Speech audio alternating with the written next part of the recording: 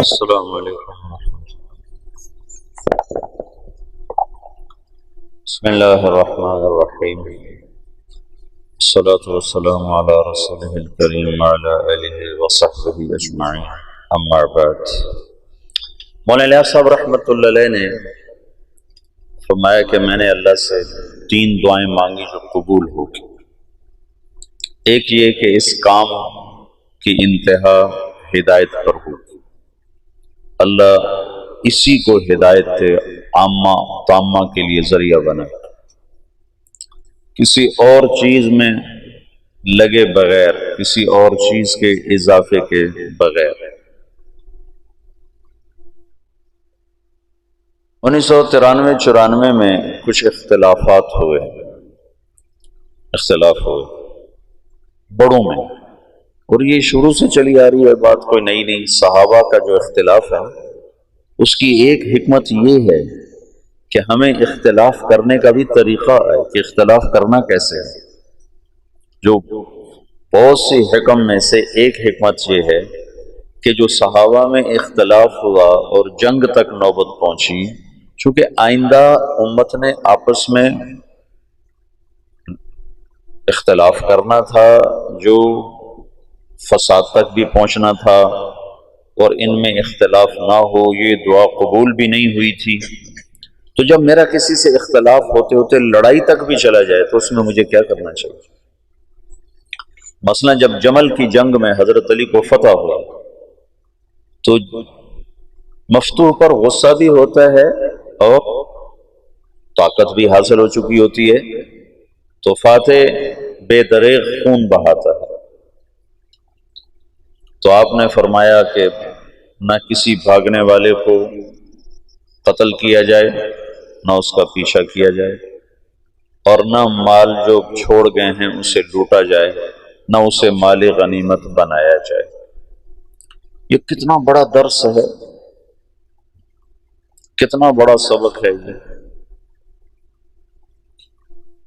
جب 132 ہجری میں بنو عباس غالب آئے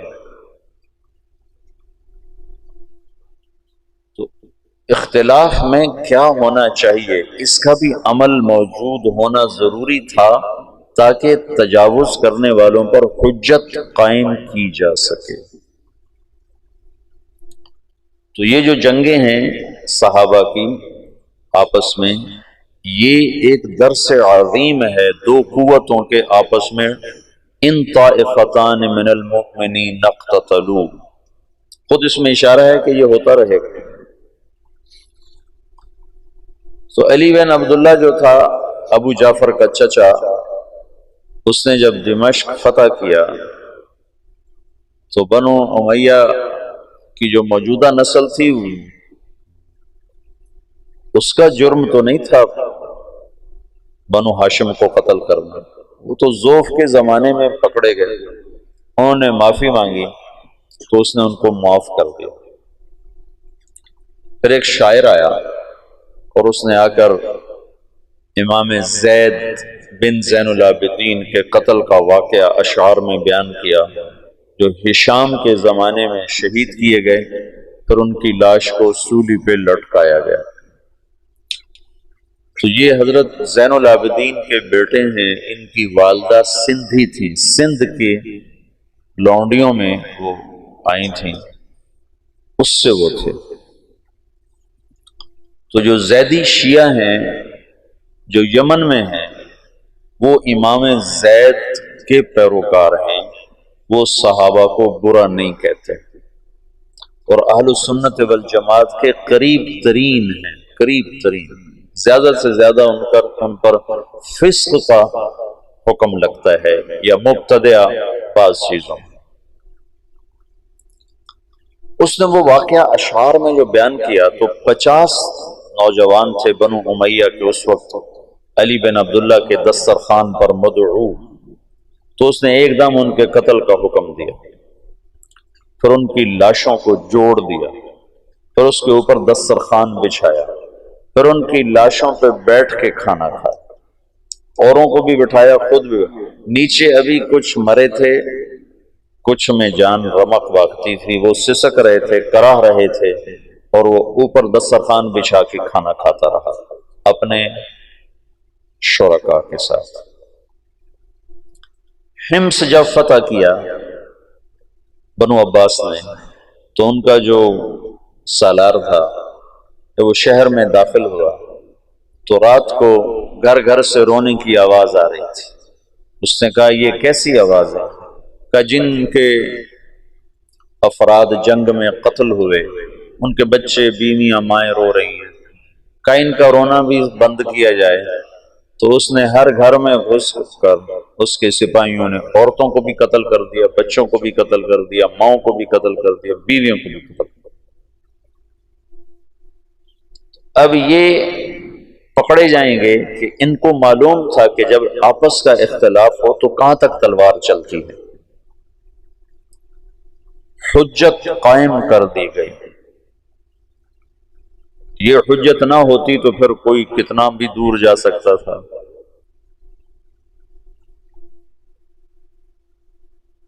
تو جب اختلاف ہوا 1993 میں، تو مجھے ڈر لگا، وہ اتنا شدت اختیار کر گیا کہ مجھے ڈر لگا کہ شاید مولانا الیاس صاحب کی دعا کی قبولیت ہے کہ نہیں ہے کہ نہیں ہے۔ لیکن اللہ نے اس فتنے کو ایسے ختم فرمایا، اور دعوت کی محنت کو پھر ایسے اٹھایا کہ جیسے اختلاف ہوا ہی نہیں تھا۔ دوسری دعا یہ مانگی کہ اس کی شکل کوئی نہ تبدیل کر سکے، جو کرنا چاہے گا نہیں کر سکے گا، یہ اسی شکل کے ساتھ چلے۔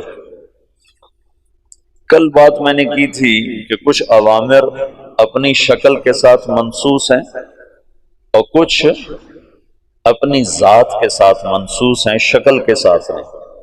جیسے فَاسْأَلُوا أَهْلَ الذِّكْرِ إِن كُنتُمْ لَا تَعْلَمُونَ وَتَعَاوَنُوا عَلَى الْبِرِّ وَالتَّقْوَى وَلَا تَعَاوَنُوا عَلَى الْإِثْمِ وَالْعُدْوَانِ، اور ایسے بے شمار۔ طلب العلم فریضۃ، کیسے کیا جائے شکل موجود نہیں۔ ویسے بھی جو لفظ سبیل ہے وہ الف نام کے بغیر ہے، فمن شاء اتخذ الی ربہ سبیلا، یہ قرآن میں 2 دفعہ ہے۔ ان هذه تذکرہ فمن شاء اتخذ الی ربہ سبیلا، ایک دفعہ سورہ مزمل میں ہے اور ایک دفعہ غالباً مدثر میں ہے، نہیں اس میں دہر میں ہے، سورہ دہر میں ہے۔ تو سبیل کا جو لفظ ہے یعنی وہ راستہ جو اللہ تک پہنچائے، یعنی وہ جہد۔ ویسے تو نماز، روزہ، حج، زکوٰۃ یہ اعمال ظاہر ہیں جن کے ذریعے سے آدمی اللہ کو پاتا ہے۔ محنت کا وہ طریقہ جس سے یہ اعمال زندگی میں آئیں اور اللہ کی پسندیدہ زندگی انسان اپنا لیں، وہ ایک نہیں ہے، کئی ہیں۔ فمن شاء اتخذ الی ربہ سبیلا، اگر اس پر ہوتا السبیلا تو پھر ایک ہی راستہ تھا، جب ہو گیا سبیلا تو راستے مختلف ہو گئے۔ جب میں نے 1999 میں یہ شروع کیا یہ طرز تعلیم، تو میرے ساتھیوں نے میرے اوپر بڑے اعتراض کیے کہ یہ سلف کے راستے سے ہٹ کر ہے۔ تو میں نے ان سے کہا، اللہ کے نبی نے کہا ہے من سلک طریقا یلتمس فیہ علما، تم طریق پر الف لام لگا دو تو پھر ایک ہی راستہ ہے، اور اگر شارع نے خود الف لام نہیں لگایا تو یہ اس بات کی طرف اشارہ ہے کہ علم لینے کے لیے ایک راستہ نہیں ہے، بے شمار راستہ۔ ہاں یہ شرط ہے کہ وہ علم تک پہنچائے، صحیح، یہ شرط ضروری ہے، کہیں اور لے کے چلا جائے تو پھر تو ہلاکت ہے۔ لیکن اگر وہ علم تک پہنچا رہا ہے تو وہ طریق کے عموم میں داخل ہے۔ من سلک طریقا فمن شاء اتخذ الی ربہ سبیلا، سبیل کا جو عموم ہے اس میں ہر وہ جہد جو اللہ سے ملا دے، قواعد شرعیہ سے ٹکراؤ نہ ہو، اصول دین سے ٹکراؤ نہ ہو، تو وہ سبیل کے عموم میں داخل ہے، عموم میں داخل ہے۔ چونکہ یہاں اجتہاد چلے گا، اجتہاد و استنباط پھر نتیجے کے ساتھ مربوط ہوتا ہے کہ اگر وہ نتیجہ دے رہا ہے جس کے لیے یہ اجتہاد کیا گیا تو اس کا مطلب ہے یہ صحیح ہے۔ چند دوائیں ہیں وہ ایک مریض کو کھلائی جاتی ہیں، ان میں سے ایک دوا جب نفع دیتی ہے تو از خود یہ بات متعین ہو جاتی ہے کہ یہی دوا اس کے لیے مفید اور انفع ہے۔ سبیل کا جو عموم ہے اس نے سارے طرق جو اللہ کی طرف پہنچاتے ہیں لَنَهْدِيَنَّهُمْ سُبُلَنَا ان کا اثبات کر دیا کہ یہ سب راستے۔ ان تمام سبل میں اللہ نے اپنے نبی سے کہا کہ ان سے کہو ایک سبیل میرا ہے، سبیل نکرہ ہے لیکن اس میں ایک سبیل میرا ہے، وہ تیرا ہونے کی وجہ سے اوروں سے خود بخود ممتاز ہو گیا۔ قُلْ هَذِهِ سَبِيلِي، هَذِهِ انگلی رکھو، انگلی رکھو، دل کا نہ کرو، هَذِهِ کے ساتھ اس میں اشارہ قریب کا ہے نا، هَذِهِ انگلی رکھنے سے متعین ہو گیا کہ یہ سبیلی کیا ہے، ادعو الی اللہ، میں اللہ کی طرف بلاتا ہوں۔ هذه کلمہ تانیث ہے، اشارہ ہے کہ تبلیغ کا کام الفت و محبت کا ہے، سختی کا نہیں، مناظرے کا نہیں، تحکم کا نہیں، تجبر کا نہیں۔ جیسے تانیث کو، انسا کو، عورت کو محبت سے لیا جائے تو وہ سب کچھ فدا کر دیتی ہے، اور تم فتوے سنا کے بیویوں کو لینا چاہو گے تو اپنا گھر توڑ بیٹھو گے۔ اگر ہم خامند بن کے دکھاؤ گے کہ ہم خامند ہیں، شریعت یوں کہتی ہے، سجدہ ہوتا تو صرف مجھے ہوتا، تو پھر تم اپنی بیویوں کو باغی بنا دو گے۔ اور اگر محبت کے راستے سے لوگے تو سب کچھ قربان۔ تو ذکر و انثیٰ اس میں برابر ہے، لیکن مرد پھر بھی کچھ سختی برداشت کر جاتے ہیں۔ عورت کا مزاج بہت نازک ہوتا ہے، وہ ذرا بھی سختی برداشت نہیں کر سکتی۔ تو ہذہ میں اشارہ ہے کہ یہ کام الفت و محبت سے چلتا ہے، یہ ڈنڈے سے نہیں چلتا ہے۔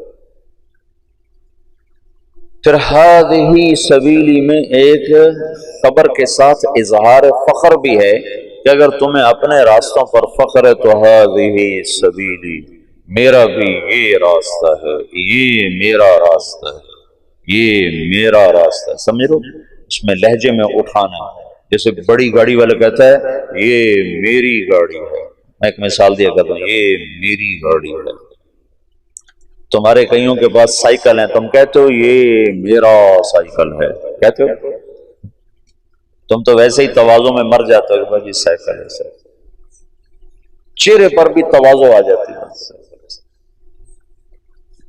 ہذہ سبیلی، اس میں ایک اظہار فخر ہے کہ کہو میرے نبی یہ ہے میرا راستہ، ادعو الی اللہ۔ تو سبل سبیلا میں ایک سبیل اللہ کے نبی کا ہو گیا تو اپنے آپ ممتاز ہو گیا، اپنے آپ اونچا ہو گیا۔ علی بصیرت، اس راستے کی سواری کیا ہے؟ بصیرت، پیسہ نہیں، ڈگری نہیں، سند نہیں، بصیرت، شکل و صورت نہیں، بصیرت۔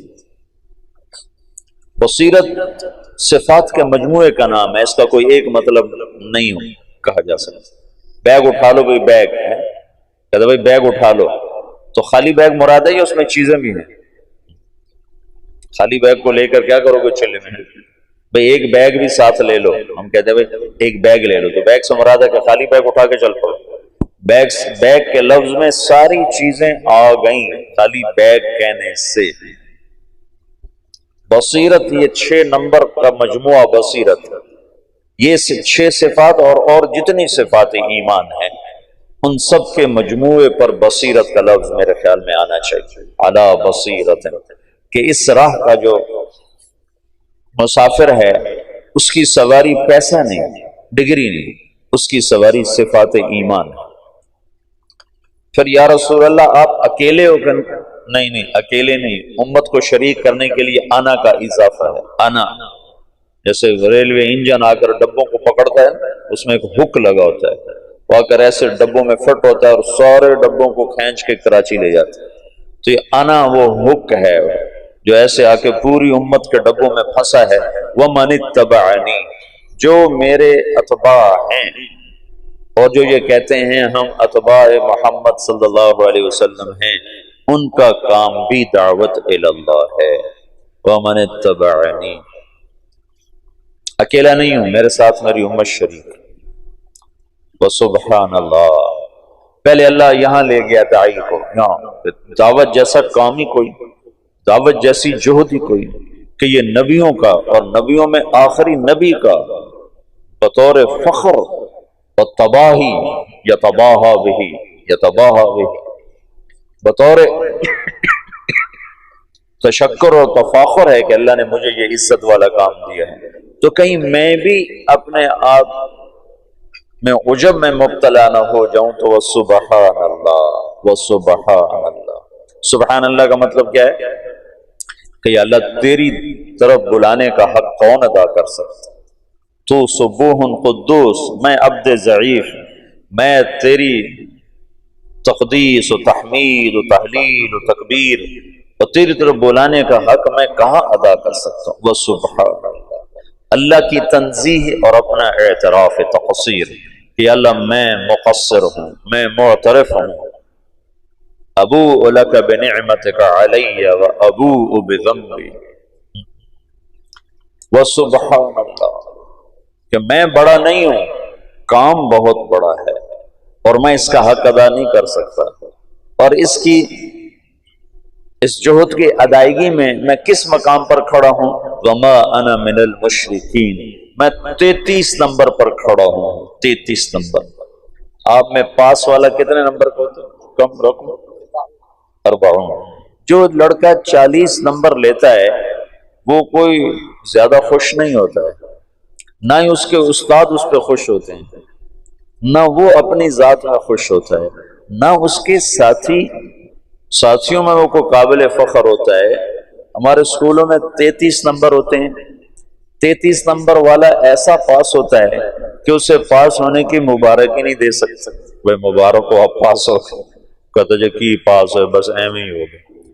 نہ اس کو خوشی ہوتی ہے کہ میں پاس ہوا ہوں، اور نہ اس کے اہل کو خوشی ہوتی ہے کہ ہمارا بچہ پاس ہو گیا ہے، لیکن فیل ہونے کا عیب اسے نہیں دیا جا سکتا، فیل ہونے کا تانا اسے نہیں دیا جا سکتا، فیل ہونے کا عیب اس پر نہیں لگایا جا سکتا۔ تو وما انا من المشرکین میں کیا ہے کہ میرے پاس آخری درجہ ہے کہ میں شرک نہیں کرتا، میں شرک سے پاک ہوں، باقی میں مقصر ہی مقصر ہوں۔ یہ آخری دو جملے بہت خوبصورت انداز میں یوں برابر کر دیتے ہیں۔ اوپر والا حصہ بہت اونچا تھا تو اس کو نیچے لانے میں اللہ نے دو جملوں کے ساتھ تم اپنی ہستی نہ بھولنا، اپنی حیثیت اوقات نہ بھولنا، تم تو یہ کہو وما انا من المشرکین کہ یا اللہ میرے پاس آخری درجہ ہے کہ میں شرک نہیں کرتا۔ ایک چودھری حاکم علی تھا چونیا کا، ہماری جماعت گئی چونیا، تو لوگوں نے کہا اگر چودھری حاکم کو تبلیغ کرو تو پھر ہم جانے تبلیغ کا کام کوئی کام ہے۔ چودھری حاکم وہاں کا بڑا ذمہ دار اور ڈاکو رکھے ہوئے، چور رکھے ہوئے، چوریاں کروانیاں، ڈاکے ڈلوانے، زمینوں پہ قبضے، جائیدادوں پہ قبضے، ایسا تھا۔ جماعت بھیجی، انہوں نے پتہ نہیں کیا اس سے بات کی، وہ تیار ہو کے آ گیا، 6 فٹ سے زیادہ اس کا قد اور یہاں اس کا جسم، وہ بڑی بڑی مونچھیں، کھلا کرتا، کھلا تہمد اس نے پہنا ہوا، تو مسجد میں اس کو لے کر آئے۔ تو مغرب کے بعد بیان تھا، تو مغرب سے پہلے وہ آیا، تو ایک طرف ہو کر میں اس کے ساتھ بیٹھا، تھوڑی اس سے بات شروع۔ میری بات سننے کے بعد غالباً اس کو کوئی ندامت ہوئی دل میں، تو وہ مجھ سے کہنے لگا مولوی صاحب وما انا من المشرکین، اس کو ایک واقعہ سے مزید واضح کرنے کی کوشش کر رہا ہوں۔ تو بڑے افسوس کے ساتھ کہنے لگا مولوی صاحب ایک میں شرک کوئی نہیں کیتا، باقی ہر عیب کر چھڑے، باقی ہر عیب کر چھڑے، ایک شرک کوئی نہیں کیتا۔ کوئی ساڑی بھی بخشش ہے، کوئی ساڑھی بھی بخشش ہے۔ وما انا من المشرکین کی جو کیفیت میں ہوتا ہے وہ متواضع ہوتا ہے، وہ جھکا ہوا ہوتا ہے، وہ پسا ہوا ہوتا ہے، وہ فخر نہیں کرتا ہے۔ تو سبل بے شمار، سبیل عام ہے، صرف اتنی شرط ہے اصول دین، اصول شریعت سے ٹکراؤ نہ ہو اور وہ اللہ تک پہنچائے، تو وہ سبیل کے عموم میں داخل ہے۔ ان میں ایک سبیل اللہ کے نبی کا ہے، ہذہ سبیلی ادعو الی اللہ، میں اللہ کی طرف بلاتا ہوں، میں اللہ کی طرف بلاتا ہوں۔ تو اب کیسے بلایا جائے یہ متعین نہیں تھا، کیسے بلایا جائے؟ ادعو الی ربک انک علی ھدی مستقیم، ادعو الی سبیل ربک انک علی ھدی مستقیم، ادعو الی ربک، ادعو الی سبیل ربک بالحکمت والموعظۃ الحسنۃ وجادلھم باللتی ہی احسن۔ کیسے کیا جائے؟ تو اللہ تعالیٰ نے مولانا الیاس صاحب پر ایک راستہ کھولا، ایک ترتیب کھولی، پھر اس کا نفع لوگوں نے دیکھا اور تاحال دیکھا اور مسلسل دیکھا۔ تو جب کوئی مؤسس کوئی چیز کو تاسیس کرتا ہے تو جانے کے بعد اس میں کانٹ چھانٹ ہونا شروع ہو جاتی ہے، اس میں بہت سی تبدیلی آ جاتی ہے۔ تو مولانا الیاس صاحب کو یہ ڈر تھا کہ اس میں کوئی مجتہد نہ آ جائے، مجتہد نہ آ جائے، تو ایک دعا یہ مانگی کہ یا اللہ اس میں کوئی تبدیلی نہ کر سکے۔ تو یہ دعا قبول ہوئی اور کہا کہ اس میں جو تبدیلی کرنا چاہے گا ہو نہیں سکے، ہو نہیں سکے۔ سب سے پہلے اس کی کوشش ہوئی مولانا یوسف صاحب کے، مولانا الیاس صاحب کے انتقال کے ساتھ ہی مولانا علی میاں رحمۃ اللہ علیہ جیسے علم کے پہاڑ، مولانا منظور نعمانی صاحب رحمۃ اللہ علیہ جیسے علم کے پہاڑ، دونوں حضرات کی میں نے زیارت کی ہے اور اللہ گواہ ہے جتنے بڑے وہ علم میں تھے اتنے ہی بڑے وہ تواضع میں تھے، ان کے چہرے پر ہی تواضع تھی۔ عجب، جس نے حضرت رائے پوری کی صحبت اٹھائی ہے اس کے اندر تواضع ایک وصف خاص بن کے ابھرا ہے۔ جب میں نے مولانا علی میاں کو دیکھا تو میں حیران ہو گیا، میں نے کہا یہ آدمی ہے جس کی دھوم سارے عالم میں مچی ہوئی۔ اگر مجھے کوئی بتاتا نہیں کہ یہ ہیں ابو الحسن علی تو میں کہتا ہے کوئی باہر سے دکاندار اٹھ کے آیا بیٹھا ہے کمرے میں۔ اتنا مطلب چہرے پر ہی ایسی تواضع، ایک آنکھ ان کی ضائع ہو گئی تھی پڑھ کے۔ تو یہ اتنے بڑے لوگ تھے اور مولانا یوسف صاحب رحمۃ اللہ ان کے مقابلے میں بہت چھوٹے تھے، عمر کے لحاظ سے نہیں، علم کے لحاظ سے۔ تو ان دونوں حضرات نے کہا یوں ہونا چاہیے، یوں ہونا چاہیے، یوں ہونا چاہیے۔ جہاں مولانا الیاس صاحب چھوڑ کر گئے ویسے ہی چلے گئے۔ تو یہ حضرات الگ ہو گئے، ان کے الگ ہونے پر لکھنؤ میں کام رک گیا ایک عرصے کے لیے۔ تو ان حضرات نے منع کر دیا، نظام الدین خط لکھ دیا کہ یہاں جماعتیں نہ بھیجیں، ہم خود جماعتیں بھیجیں۔ پھر میں نے کل آپ کو سارا بتایا تھا، یاد ہے نا؟ مولانا عبدالباری ندوی کی بات بتائی ہے، یوسف کی بات چل رہی ہے، ہماری کیوں نہیں چل رہی؟ تو مولانا منظور نعمانی نے تو پھر واپسی کر لیا، رجوع کر لیا اور تائید بھی، اور اپنی تصانیف میں بھی اس کا تذکرہ کیا۔ اپنے یہاں تشریف لائے تھے، یہ جو کچہری بازار کی مسجد میں تشریف لائے اور بیان کیا۔ اس بیان میں لانے والے تھے ان کو جماعت اسلامی والے مفتی صلاح الدین کاکا خیل رحمۃ اللہ علیہ، بڑے نیک بزرگ تھے یہاں، یہ جو ہماری کچہری بازار کی مسجد ہے جماعت اسلامی کے بڑے سرگرم آدمی تھے، بہت بہت بہت نیک آدمی،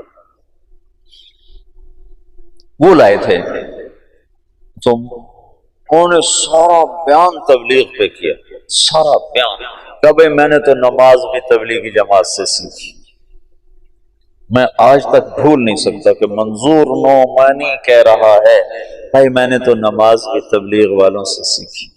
میں التحیات للہ والصلوات والطیبات السلام علیک ایھا النبی ورحمۃ اللہ وبرکاتہ پڑھا کرتا تھا۔ تو ہمارا مذاکرہ ہو رہا تھا نماز کا، تو ایک ان پڑھ میواتی بیٹھا ہوا تھا، اس نے سنا تو اس نے مجھے کہا مولوی صاحب یوں نہیں پڑھتے، یوں پڑھتے ہیں التحیات للہ والصلوات والطیبات السلام علیک ایھا النبی ورحمۃ اللہ وبرکاتہ۔ مولوی صاحب ناراض نہ ہونا، یہ الف نہیں پڑھا جاتا جب اس کو اکٹھا پڑھتے ہیں، ہاں جب یہاں ٹھہر جاؤ تو پھر السلام علیکہ پڑھتے ہیں، لیکن اگر اکٹھا پڑھیں تو الف نہیں پڑھا جاتا۔ کہا بھائی میں نے تو نماز بھی تبلیغ والوں سے سیکھی۔ کہہ سکتے ہو تم تو بھی مولوی بھی نہیں، ویسے علامہ تو تم بنے ہوئے ہو، ہم علماء ہیں، ہم علماء ہیں۔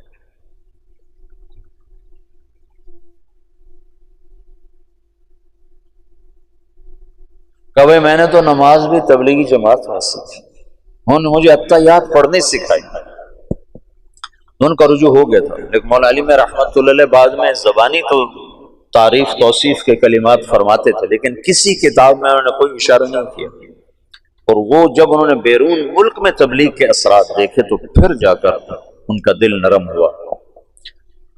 تو اچھا وہ تو خارجی حیثیت تھی۔ 1996 97 98 میں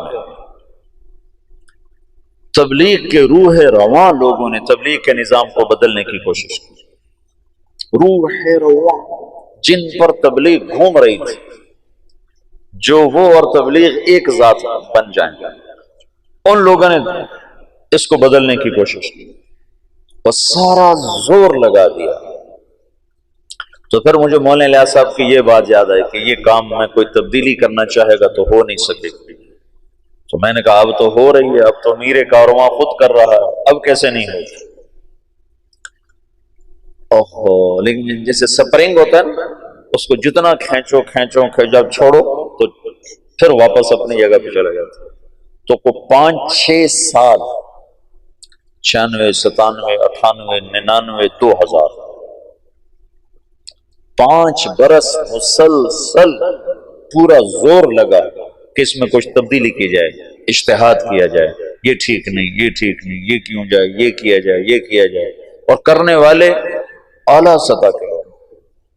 تو وہ اس بندے الیاس کی دعا قبول تھی، اس کو اللہ نے اسی نہج پر رکھا، تو وہی گشت ہے، وہی تعلیم ہے، وہی بیان ہے۔ اور تیسرا یہ فرمایا، وجہ اس کی یہ ہے کہ جب تک اللہ تعالی کی طرف سے نفع کی شکلیں قائم ہوتی رہتی ہیں تو انہی کو بڑھایا جاتا ہے۔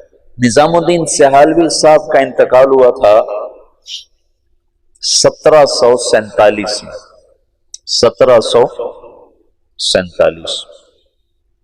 ہم نے بہت کچھ بدلا، لیکن ابھی بھی زیادہ انہی کی صرف ابتدائی عربی کا نصاب بدلا ہے، قدوری نظام الدین سہالوی کی تجویز کردہ ہے، اور ہدایہ نظام الدین سہالوی کی تجویز کردہ ہے، اور اوپر والی اصول فقہ، اصول حدیث کی کتابیں ساری ان کی تجویز کردہ ہیں، اور یہ احادیث کی کتابیں ساری انہی کی تجویز کردہ ہیں۔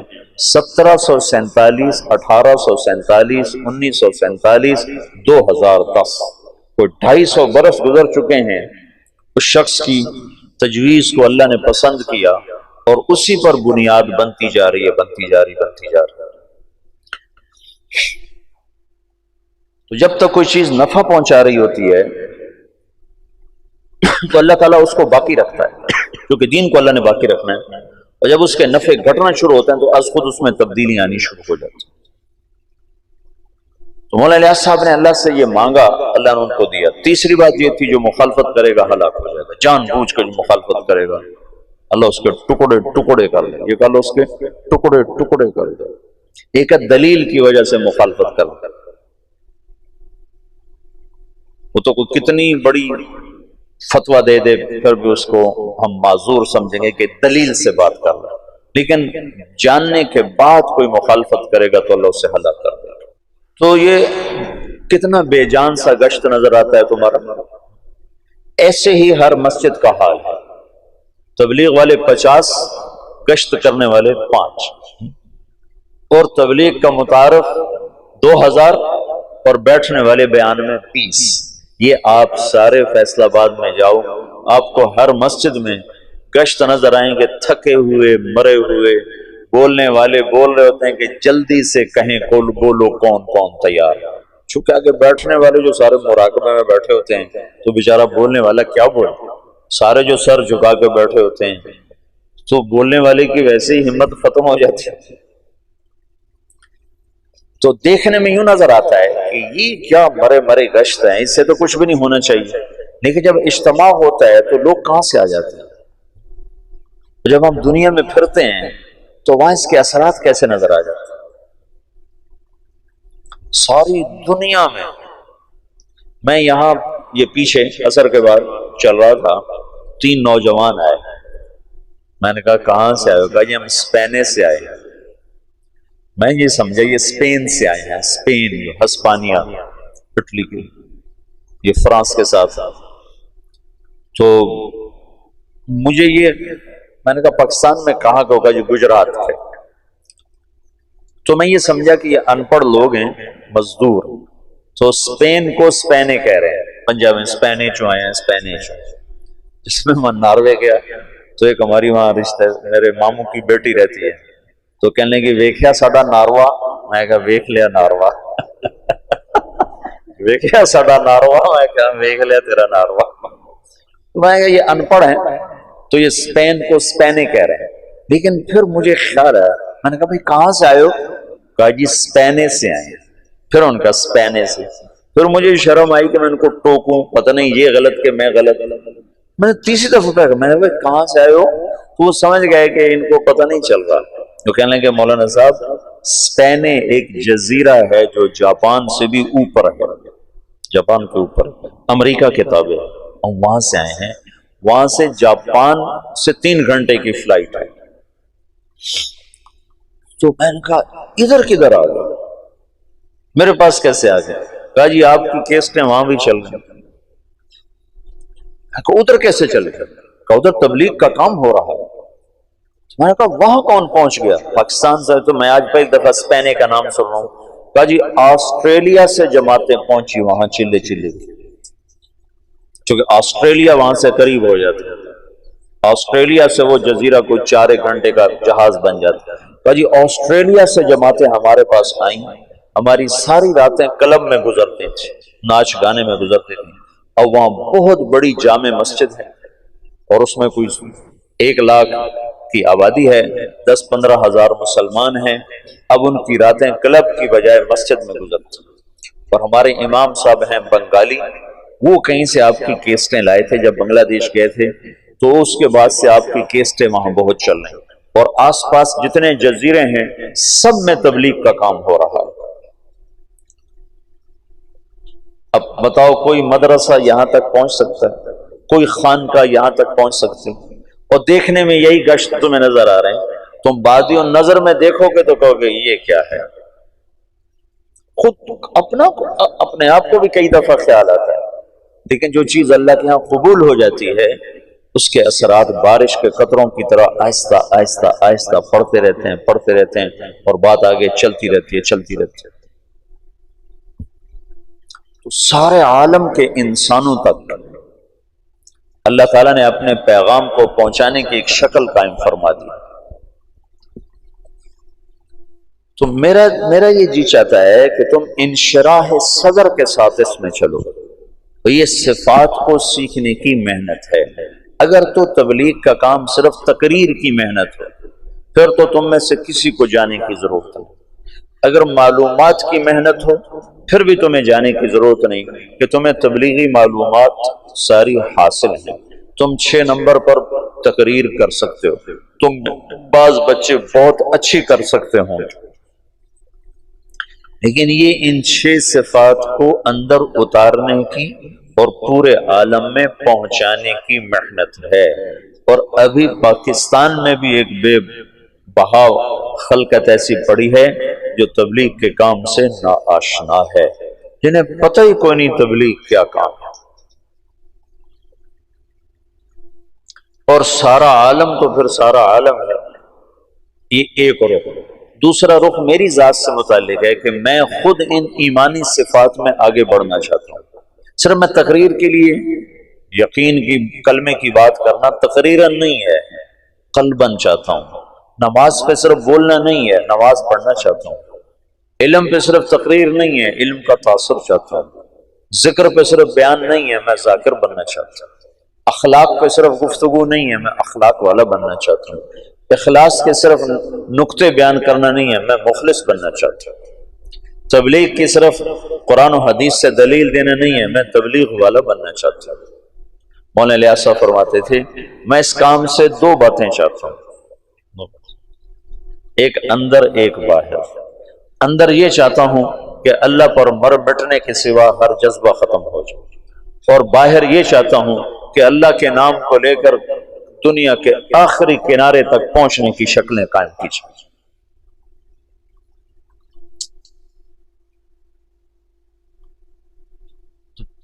تو کلمے کا جو یقین ہے یہ تو ہم مدرسے میں نہیں پڑھاتے، ہم تو کلمے کی لغوی چیز آپ کو بتاتے۔ تمہارے استاد شیخ رمزی فرما رہے تھے کہ ان کے استاد صاحب نے لفظ اللہ پہ 1 مہینہ تقریر کی دارالعلوم میں، 1 مہینہ۔ یہ مشتق ہے کہ جامد ہے کہ پتہ نہیں الف لام کون سا ہے، اور یہ ولیحہ سے ہے علیحہ سے ہے، تو مدرسے میں تو یہ بتایا جائے گا، لیکن اللہ دل میں حرارت پیدا کرے یہ مدرسہ نہیں بتا سکتا۔ نہ یہ مدرسے کی زبان ہے کہ وہ تمہیں ایسے اللہ بتائے کہ دل دماغ تمہارا ہل کے رہ جائے اور پر ہو جائے اس کی محبت سے۔ تبلیغ اللہ کی محبت تک پہنچنے کے لیے پہلے نمبر کی دعوت سکھاتی ہے۔ پہلا نمبر بولو،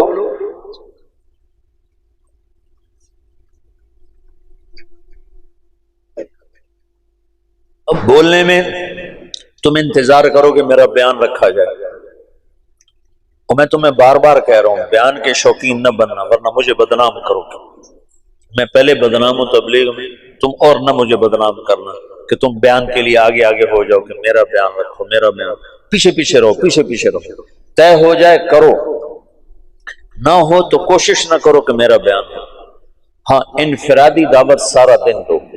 یہ ابھی آخری سال کے بچوں کو میں بتا رہا ہوں کہ جب میری شادی ہوئی تو اس کے بعد رائمنڈ جانا مجھے لگے جیسے میں تھانے پہنچ گیا، دل ہی نہ لگے، اتنی وحشت ہو۔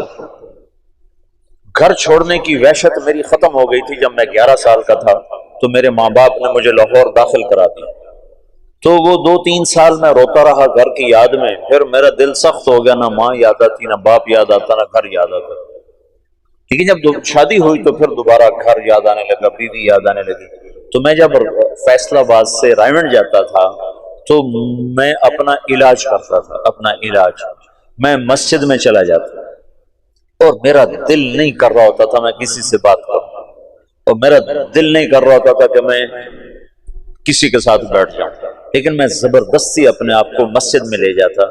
اس وقت میں اتنا مشہور نہیں تھا تو مجھے بیٹھنا کوئی مشکل نہیں تھا، تو میں کسی کونے میں بیٹھ کر ایک آدمی کو پاس بٹھا کر اس کو دعوت دینا شروع کر دیتا، پھر وہ اٹھا، پھر دوسرے کو اس دعوت دینا، وہ اٹھا، میں کوئی 2-2.5 گھنٹے دعوت دیتا تھا، تو میرے دل پر جتنا گھر کا تاثر ہوتا تھا وہ ظاہر ہو جاتا تھا۔ پہلے نمبر میں یہ موضوع ہے کہ میں اپنا یقین بدلنا چاہتا ہوں۔ یقین بدلنا ہے، صرف تقریر کا معنی یقین بدلنا ہے۔ یقین مثل خلیل آتش نشینی، یقین اللہ مستی خود گزینی، سنے تہذیب حاضر کے گرفتار، غلامی سے بتر ہے بے یقین۔ یقین بدلنا ہے تو اس کو سنو سناؤ، سنو سناؤ۔ جب بیان ہو تو بیان بھی کر دو، لیکن بیان کی تمنا نہ کرو، خدمت کی تمنا کرو گا جی مجھے لگاؤ خدمت، چاہے روز لگاؤ۔ جب میں ایسا مشہور نہیں تھا تو میں خدمت کرتا تھا، عمومی گشت میں ضرور جاتا تھا، جب تک لوگوں نے مجھے تنگ کرنا نہیں شروع کیا میں عمومی گشت میں نے نہیں چھوڑا۔ وہ پھر یوں ہونے لگا کہ میں گشت میں نکلتا تو 50 آدمی صرف مجھے دیکھنے کے لیے ساتھ چل پڑتے تھے، تو پھر مجھے مجبوراً عمومی گشت چھوڑنا پڑا، ورنہ میں نے گشت نہیں چھوڑا۔ تبلیغ کا کام بولنے میں جلدی آ جاتا ہے، کرنے میں جلدی آ جاتا ہے، کرنے میں جلدی آ جاتا ہے۔ تو لوگ سمجھتے ہیں ہمیں تبلیغ آ گئی ہے، مرتے دم تک جاہل بنا کے چلو اور محنت کرو، کوشش کرو۔ یہ میرے ساتھ چلے میں تھے مدرسے کے بچے، ایک احترام تھا، اور